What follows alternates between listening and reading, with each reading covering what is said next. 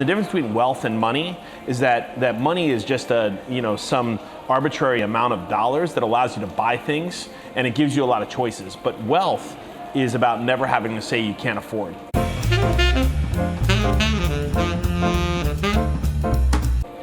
That is the ultimate destination, right? That you get to live a life where the choice is always yours. You want to go to a certain restaurant, you don't have to think about budget. You want your kids to go to a certain school, or better than that, you want to be a philanthropist. You want to support a community. You want to give of yourself freely. You want to coach a little league team. I think wealth is about never having to say the words I can't afford. And the real sad truth is that when you have a job, when you work for somebody else, when you're not in a situation where your success is predicated on your performance and your compensation is commensurate with that performance, you're obligated to report at a certain time and do a certain thing, and you're constantly asking for permission and forgiveness, right?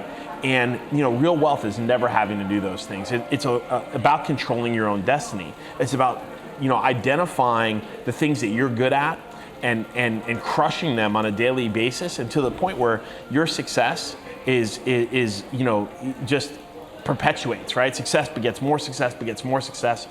And your achievement is a byproduct of continually putting yourself in a place of discomfort so you can grow.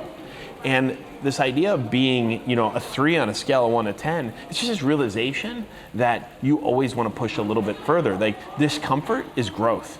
Success is growth, right? I mean, and those two things, are the only thing that makes that discomfort a little bit more palatable is finding other people that have walked in your shoes, right? That knowing that you're not alone in the journey. And part of the reason that I want to share this, these words with my team and the world at large is that, to say, hey, look, yeah, it's tough. That's adversity. That's challenge.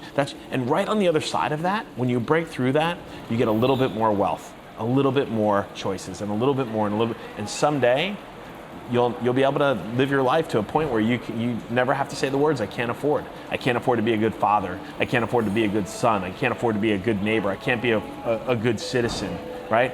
I choose to afford certain things, right? And there are certain things I choose not to spend money on or spend time or spend energy on, but I can afford anything.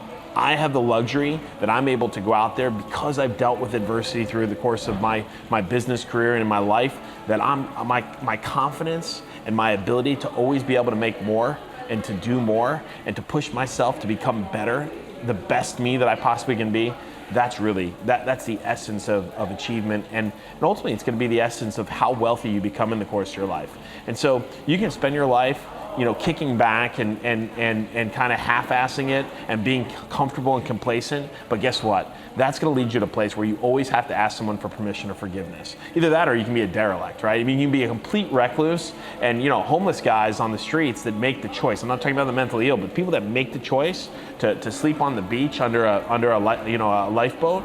Like, that's a choice. And certainly, they have a certain level of wealth also, right? They don't have to respond to anybody. But my idea of roughing it's a hotel without room service.